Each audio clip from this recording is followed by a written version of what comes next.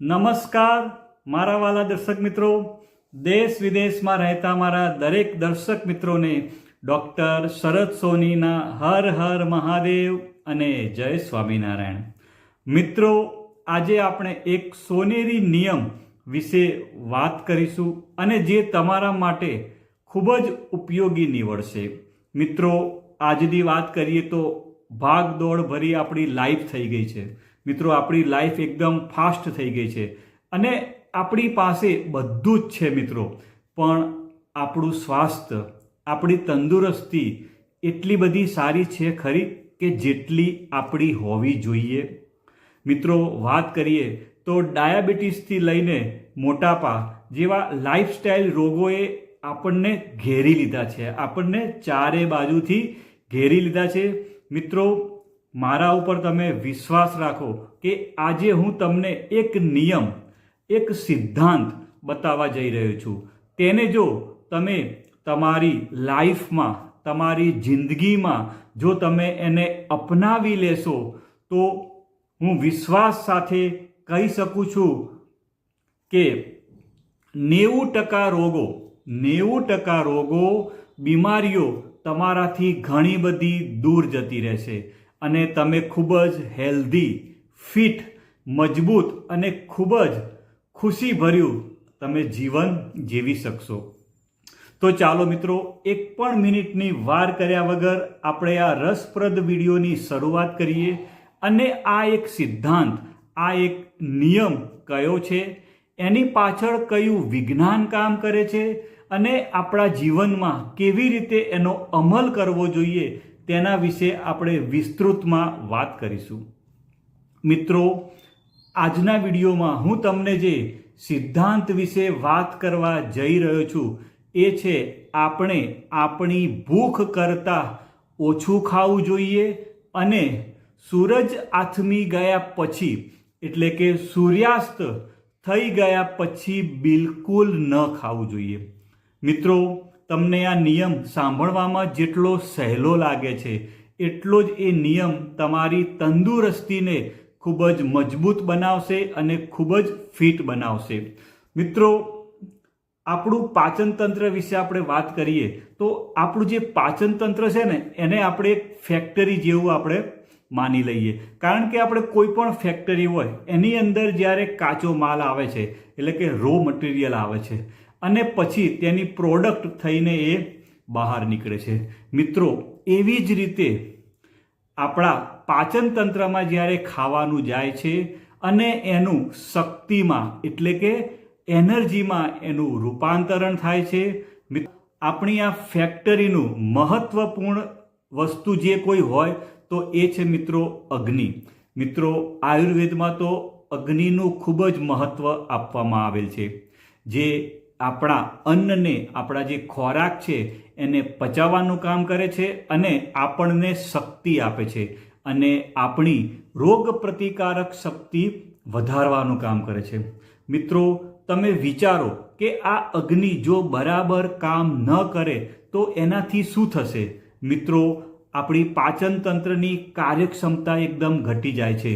મિત્રો, જ્યારે આપણે વધારે ખાઈએ છીએ ત્યારે આપણા જઠરમાં જે પેદા થતી અગ્નિ ઉપર કામનું ભારણ વધી જાય છે, તેના ઉપર એકદમ લોડ વધી જાય છે અને આપણું ખાવાનું બરાબર પાચન થતું નથી.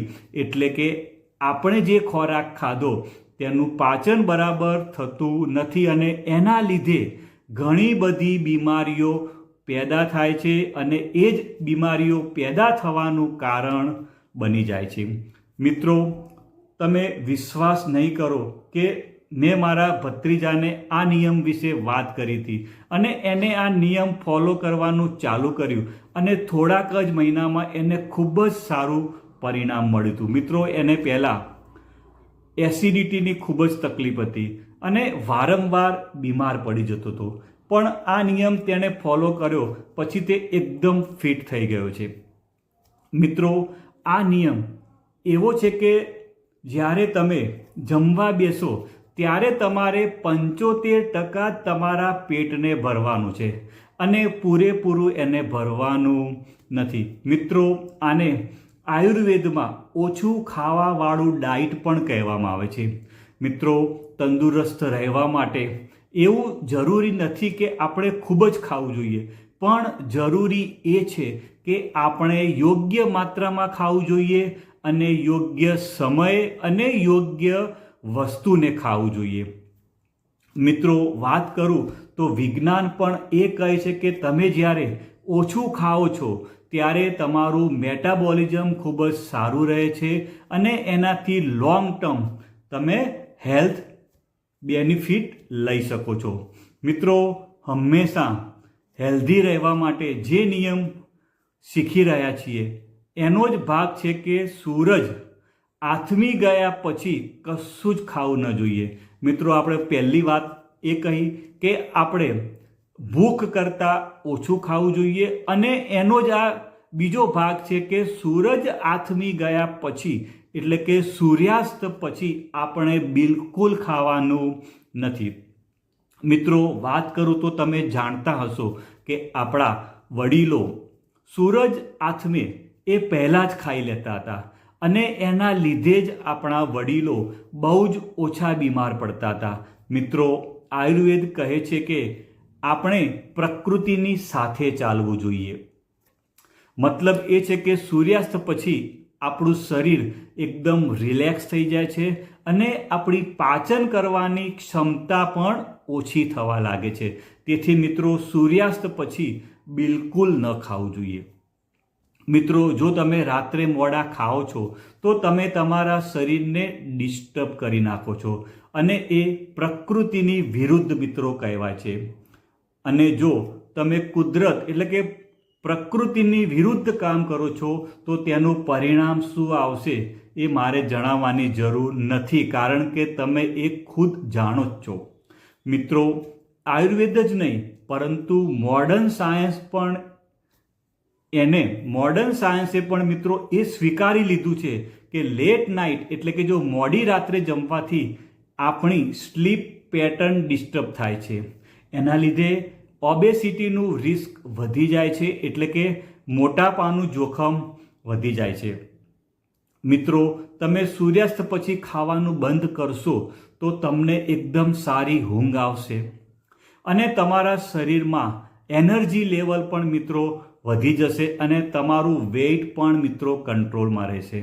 મિત્રો, તમારે તમે જે ખાઓ છો એ એકદમ ચાવીને ખાવાનું છે. એટલે કે તમારે એક કોળિયો જે તમે ખાઓ છો એને 32 વખત તમારે ચાવીને ખાવાનું છે. અને મિત્રો, ખાસ એક વસ્તુ તમને કહીશ કે જમતી વખતે મિત્રો મોબાઈલનો ઉપયોગ કરવાનું બંધ કરો. ટીવી જોતા પણ મિત્રો જમવું જોઈએ નહીં. એનાથી શું થશે કે તમે કેટલું ખાધું એ તમને એની ખબર રહેતી નથી અને એનાથી તમે ભૂખ કરતાં વધારે ખાઈ લો છો. એટલે કે મિત્રો, આપણે જમતી વખતે મોબાઈલ અથવા ટીવી જોવાનું મિત્રો આપણે ટાળવું જોઈએ અને એકદમ ધીમે રિલેક્સ થઈને અને આપણે નીચે બેસીને આરામથી મિત્રો આપણે જમવાની ટેવ પાડવી પડશે. મિત્રો, તમે આટલું કરશો તો ચોક્કસ મને વિશ્વાસ છે કે તમારા શરીરથી જે બીમારીઓ છે, રોગો છે, ઘણી બધી દૂર રહેશે, તમારા શરીરને અડી પણ નહીં શકે. મિત્રો, તમે મારો વિડીયો શાંતિથી સાંભળ્યો એ બદલ તમારો ખૂબ ખૂબ આભાર. અને જો તમને વિડીયો સારો લાગ્યો હોય તો લાઈક કરવાનું ભૂલતા નહીં. આવજો મિત્રો. Bye bye.